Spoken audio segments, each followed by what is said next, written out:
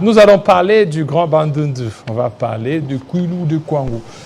Nous allons parler de tout ça. Ça veut dire que tout ça fait partie certainement de vécu quotidien de la République démocratique du Congo. Nous recevons pour vous le professeur Weloli Kanzale. Bienvenue. Bienvenue. Voilà, vous êtes secrétaire général adjoint du MSC et porte-parole du parti. De l'autre côté, M. Jean Rombo Moulengi, député provincial et président du caucus des députés MSC. Bienvenue. Merci beaucoup. Voilà, alors, le parti a effectué une tournée au niveau du Kwilu, au niveau des Kwango. Qu'est-ce qu'on peut retenir d'abord de cette tournée? Merci beaucoup pour votre pertinente question. Je voudrais d'abord, premièrement, dire ceci que effectivement, l'autorité morale de notre parti, Laurent Batumona, a effectué une tournée dans le Kwango et dans le Kwilu, comme vous venez de le dire. Je voudrais paraphraser Joachim Dubélay qui disait heureux comme Ulysse qui a fait un bon voyage. Donc, en les paraphrasant, je dirais heureux comme Laurent Batumona a fait un très bon voyage parce que partout où il est passé, que ce soit à Kenge, à Kikwit ou à Masimanimba, il a été accueilli chaleureusement par la population. Et je crois que ce déplacement s'inscrit dans le cadre de ce qu'il avait déjà commencé ici à Kinshasa, ce que nous appelons la croisade d'armement moral. Il a fait Kinshasa, il a fait le Congo central. Il était tout à fait normal qu'il puisse aussi jeter un coup d'œil du côté de Kwango et de Kwilu. C'est ce qu'il a fait.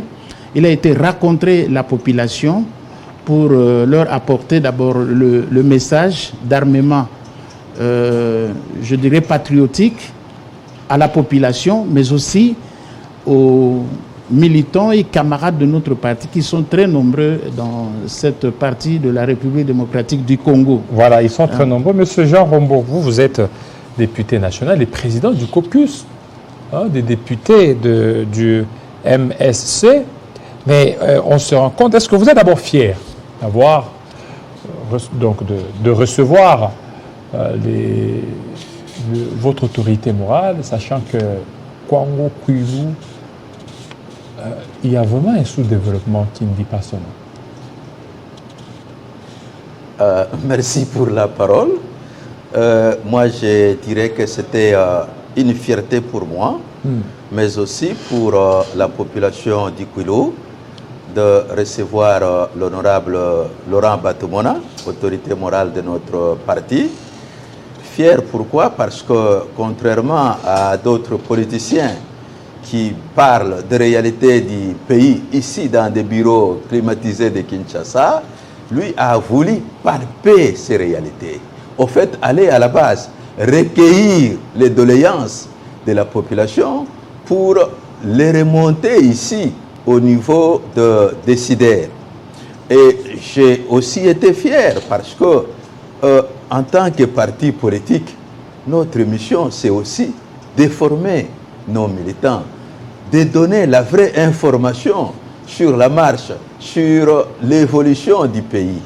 Voilà pourquoi nous avons estimé que c'était nécessaire qu'ils viennent et nous pensons que chaque fois qu'il parlera du Kwilu, contrairement à d'autres politiciens, il pourra parler avec autorité pour avoir vécu, pour avoir écouté ces choses-là à la base.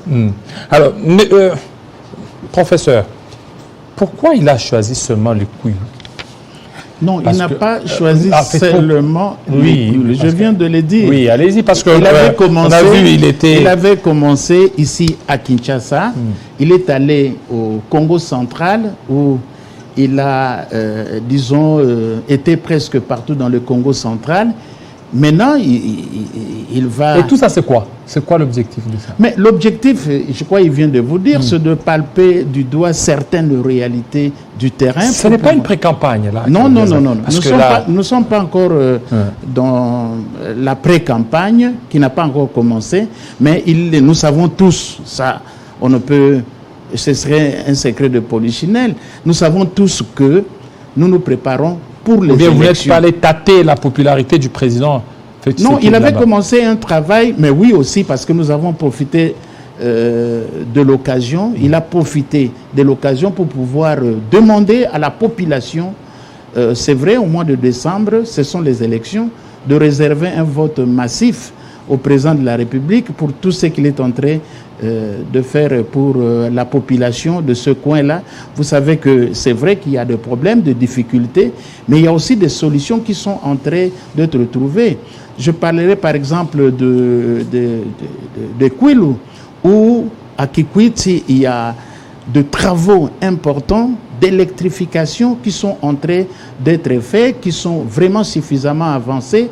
Quand vous allez là-bas, vous trouverez qu'il y a partout des poteaux qui sont déjà montés, il y a de câbles, et je pense que dans très peu de temps, cette ville de Kikwit va être électrifiée. Donc, c'est aussi une manière de pouvoir faire voir à la population le travail que est en train d'abattre le président de la République. Voilà, Monsieur Jean Rombaud, vous êtes député. Alors, qu'est-ce que vous pouvez certainement donner comme défense au président de la République, parce que vous êtes député, vous êtes proche certainement de cette base, pour parler des réalisations du président, pour que les habitants de Kwilu et de Kwango fassent confiance certainement à l'autorité morale de votre parti politique et aussi au soutien de votre parti politique? Effectivement, comme je le disais tout à l'heure, la descente de notre président national, l'honorable Laurent Gbagbo Mona, dans les Kwilu, avait aussi, entre autres missions, au fait de palper les réalités du terrain. Mais pourquoi les palper? Parce que nous savons que bientôt nous allons aller aux élections. Et nous allons aller aux élections, il faudra que celui que nous soutenons puisse prendre de nouveaux engagements par rapport à la population.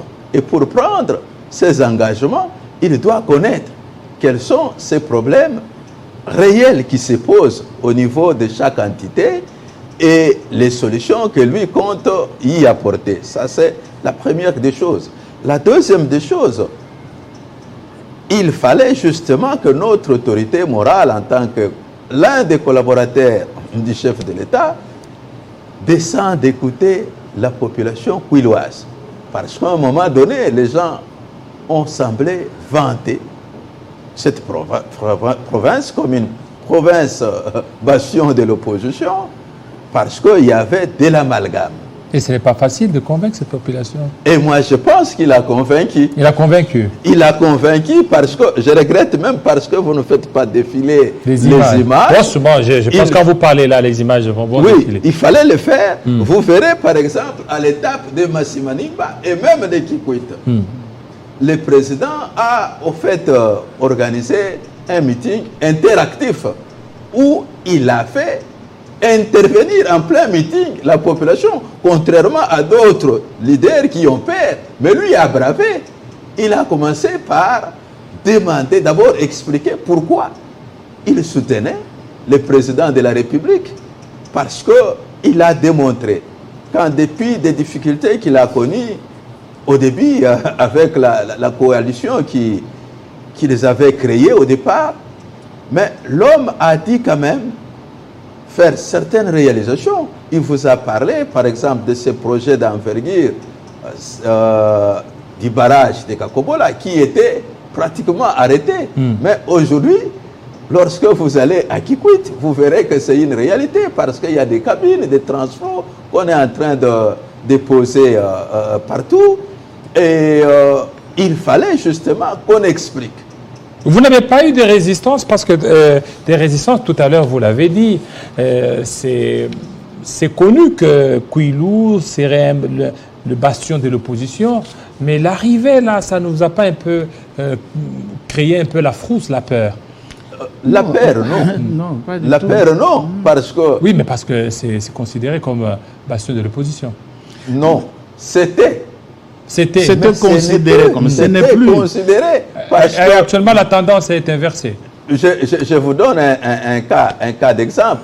Il y a 2 ou 3 semaines, des leaders de l'opposition actuelle qui sont passés, qui ont osé aller après nous. Ben, demandez Mais ils ont été interdits, non? demandez à vos collègues. Mais ils ont été interdits. Non, pas interdit. On les Il y a interdits même de un, tenir là. des conférences. Non, pas vrai. Je vous donne le cas de mon territoire, Massimanimba. Un de ses opposants est arrivé. On lui a dit, allez-y, là où vous aviez organisé votre activité. Il est allé, mais il s'est retrouvé en face pratiquement de 10 membres du parti. 10 membres, mais on a vu une foule. Non. Une foule en liesse. qui Non, pas accompagnait. une foule. Et il n'a même pas, quand il a vu qu'il n'y avait pas de monde, qu'il attendait, il s'est énervé. Il est allé à Kikwit. À Kikwit, on a voulu faire l'amalgame. Mais le maire, vous avez vu les écrits, a fini par clarifier la situation en disant à ses leaders d'aller tenir son meeting. Contrairement à nous qui avons été dans des stades. Mais monsieur a été organiser ces réunions politiques Mais ça n'a dans pas les été. petites salles. Oui, mais ça n'a pas été facile. Hein? Ça n'a pas été facile. Vous ne favorisez en fait le pouvoir n'a C'est pas pas su vrai. favoriser l'opposition de se mouvoir comme il se doit. C'est pas vrai. Non, non, je C'est crois pas. vrai. Ah, C'est- oui, c'est oui, qui est vrai que, oui, professeur. je voudrais Allez-y. compléter. C'est qui est Allez-y. vrai qu'il y a vraiment une population en liesse. Une population qui s'était vertu même à féliciter Une le population. président de la République à travers l'autorité morale du parti Laurent Batumona, tout simplement parce qu'aujourd'hui, par exemple à Massimanim, le plus grand nombre d'enseignants sont mécanisés. Ils sont C'est mécanisés ça, c'est alors grâce que... à Laurent Batumona ou c'est grâce à... Non, non, ils sont en train de Grâce à la féliciter politique la politique du président de la République.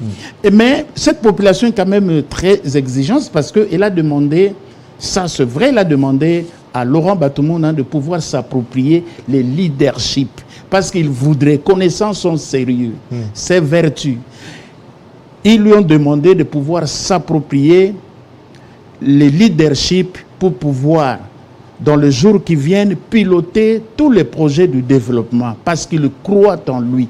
C'est comme ça que cette population Mais était... il est à la tête d'une grande entreprise. Hein. Mais c'est vrai, il est à la tête d'une grande entreprise, mais ils auraient voulu qu'il puisse encore, en plus de cela, mener d'autres actions, connaissant son sérieux, connaissant ses vertus en tant qu'homme sérieux, de pouvoir piloter d'autres projets bancables qu'il pense que ça serait chose faite. Et d'ailleurs, je voudrais aussi ajouter que dans son séjour, il en a profité pour annoncer l'arrivée très prochainement, au mois de juillet, fin juillet, du président de la République, qui voudra Pour aller aussi faire quoi là-bas? descendre. Une campagne Il est dans son aussi. pays, il pourra palper certaines réalités. Certainement, il prendra tout son temps pour pouvoir peut-être prendre d'autres engagements directement avec la population. Il a annoncé ça. Donc la population est en liesse. Je crois que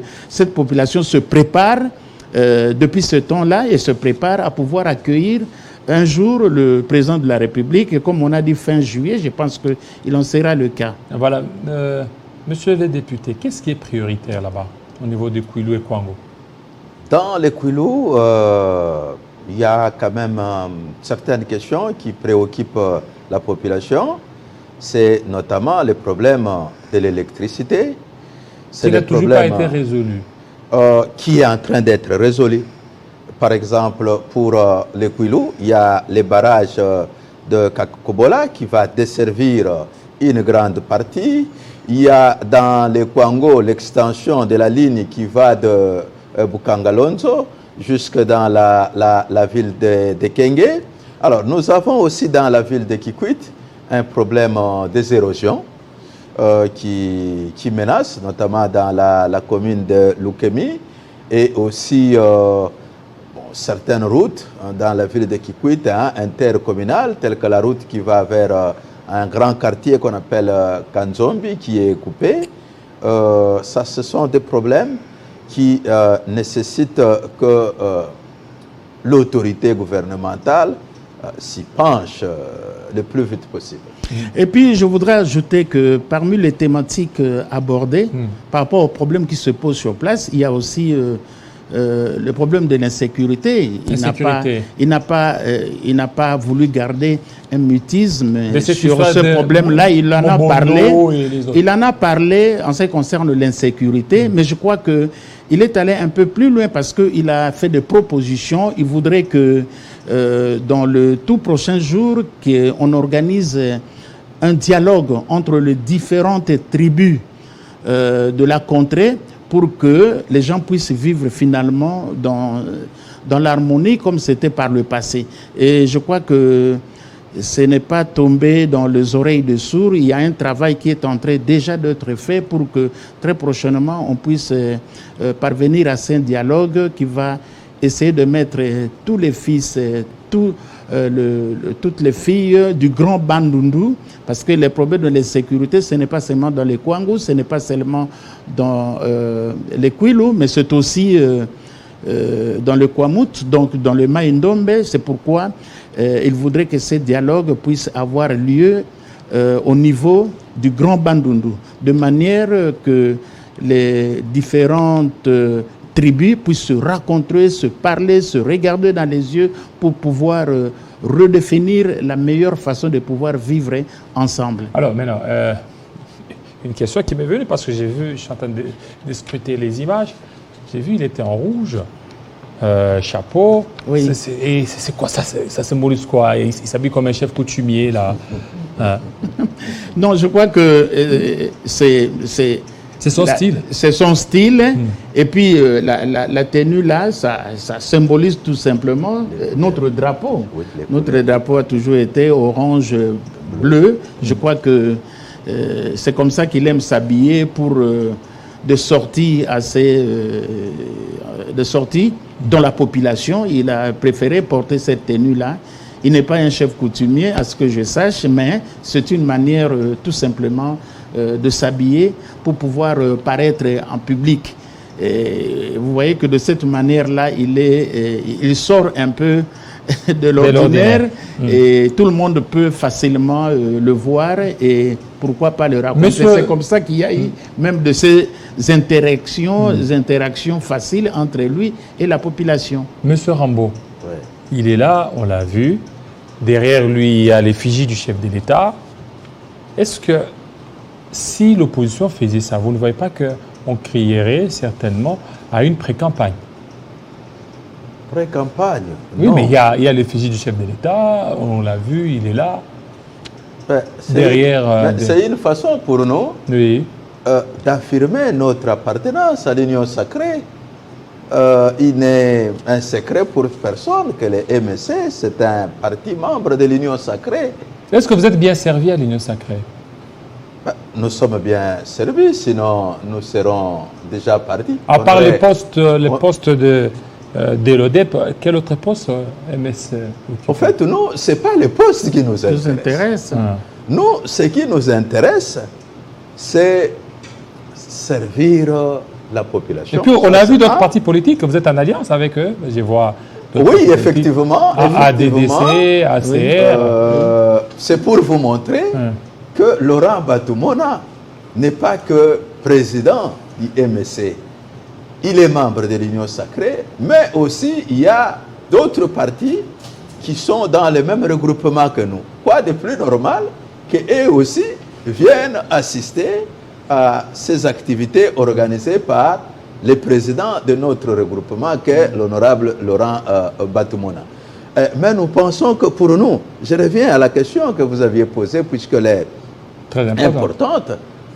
Pour nous, nous faisons la politique, non pas pour notre propre ventre, mais nous faisons parce que nous voulons que certaines choses changent.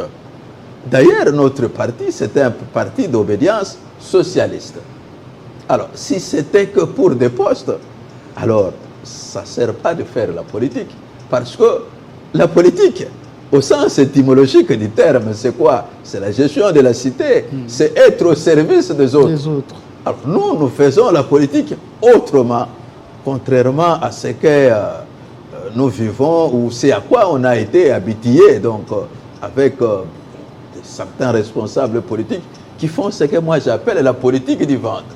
Mais nous faisons la politique parce que nous voulons que les choses changent. Nous voulons que cette justice sociale soit sentie au niveau de toutes les couches de la population. Voilà, mais professeur, je reviens par rapport à la question, parce que j'ai vu d'autres formations politiques. Vous comptez rester toujours parti politique ou plateforme électorale? Concernant les élections, nous sommes organisés, nous sommes déjà dans un regroupement qui porte le nom de AMSC, Alliance de Mouvement pour la Solidarité et les Changements. C'est déjà ça, et puis nous avons d'autres regroupements aussi. C'est pourquoi vous avez vu que lors du passage du président Laurent dans le Kwango, dans le Koul, il a été salué non seulement par le militant de notre parti ou de notre regroupement, mais de tous les autres partis de l'Union sacrée qui pensent qu'ils peuvent être avec nous. Ce qui est vrai qu'en ce qui concerne les élections, nous irons comme regroupement politique. Et nous en avons, je crois, 2 ou 3 maintenant, avec lesquels nous sommes en relation pour pouvoir affronter les élections. Mais une chose est vraie, est que le mouvement de solidarité pour le changement que dirige Laurent Batumona est le principal allié du président de la République, Félix-Antoine Tshisekedi Tshilombo. Nous, on ne s'en cache pas. C'est comme ça que partout où nous allons, nous affirmons notre identité par rapport à lui et nous les soutenons publiquement. Alors, vous dites soutenir publiquement le chef d'État, Félix-Antoine Tshisekedi Tshilombo. Vous avez été Kwilu Kwango. La prochaine étape, c'est laquelle? Je crois qu'après le Kwango, disons, je dirais le Kikwit, Kenge, Masimanimba, il y a d'autres coins qui seront également visités par lui. Mais on ira un peu, j'ai entendu parler déjà de Chikapa, où les gens se préparent. Là, on est déjà dans le Kasaï. Et nous irons également dans le Katanga, où il y a une équipe qui est déjà descendue là-bas pour préparer son arrivée là-bas au Katanga. Je crois que le Maïndombe également voudrait bien recevoir... L'objectif, c'est de faire la ronde, le tour de la RDC. Mais la ronde, c'est pour transmettre aussi le message. Vous savez, depuis très longtemps, alors que les gens étaient distraits, lui, il avait commencé avec ce que nous avons appelé la croisade d'armement patriotique pour rappeler aux Congolais que nous sommes dans une situation de guerre, nous imposée injustement par le Rwanda. Il a fallu que toute la population puisse en prendre conscience. Et vous savez que dans le cadre de cette campagne, il avait même demandé à la jeunesse de pouvoir se faire enrôler dans l'armée. Et aujourd'hui, grâce à Batumona, nous avons beaucoup de jeunes gens qui se sont fait enrôler dans l'armée et ils sont là. Alors, c'est quoi la place de la jeunesse dans cette tournée, aussi dans votre parti politique? Parce qu'on voit Laurent Batumona, il est beaucoup plus entouré, mais il y a moins de jeunes là. Non, pas du tout. Nous avons, à travers nos interfédérations, nous avons des entités qui sont réservées, de ligues qui sont réservées vraiment à la jeunesse. Au contraire, les jeunes sont beaucoup plus nombreux. On l'a vu. Même quand vous voyez les images, vous verrez qu'il y a beaucoup plus de jeunes qui accompagnent la vision de l'autorité morale, Laurent Batumona. Donc, voilà. Je veux poser, je pense que ça sera peut-être la toute dernière question, vous allez certainement répondre à tour des rôles. J'ai vu, par rapport à ces images, vous avez fait appel à des artistes, à des musiciens, ce sont des moyens. D'où tirez-vous tous ces moyens? Mais nos moyens, nous les tirons par nos cotisations. Vos cotisations. Chez nous, c'est sacré. Dans toutes les interfédérations, les militants cotisent et c'est avec ça que nous essayons d'entreprendre beaucoup de démarches, d'entreprendre beaucoup disons, d'activités politiques. Vous verrez même dans toutes les interfédérations, à Kinshasa ici, si vous essayez de bien scruter ce que nous faisons, vous allez vous rendre compte que nous sommes partout. Dans la ville de Kinshasa, par exemple, je ne prends que ça, pour ne pas parler de l'intérieur, je crois que l'honorable va pouvoir me compléter, qu'il y a beaucoup d'activités qui se font, mais ce n'est pas l'autorité morale, Batumona, qui sort de son argent, mais ce sont les cotisations de militantes et militants à travers les interfédérations qui sont en train de faire tout ce travail. C'est avec ces cotisations, Monsieur Jean Rombaud, que vous allez parcourir tout un continent comme la RDC, un pays continent. Monsieur le journaliste, nous ne sommes pas un parti alimentaire. Ces partis existent depuis plus d'une décennie. Ces partis ont mis en place un mécanisme pour générer des recettes. Je peux même vous montrer là aujourd'hui, par exemple, mon téléphone en tant que responsable provincial. Je suis en train de suivre aujourd'hui nos cadres et militants qui sont en train, entre autres, de cotiser. Je peux même, mais je ne vous le dis pas, aujourd'hui, je peux vous dire qu'est-ce que nous venons de récolter. Mon trésorier venait de m'envoyer avant que j'entre ici. J'ai consulté ça. Nous sommes organisés, nous avons des cadres, nous avons nos militants, nous avons certaines activités qui génèrent des recettes pour nous.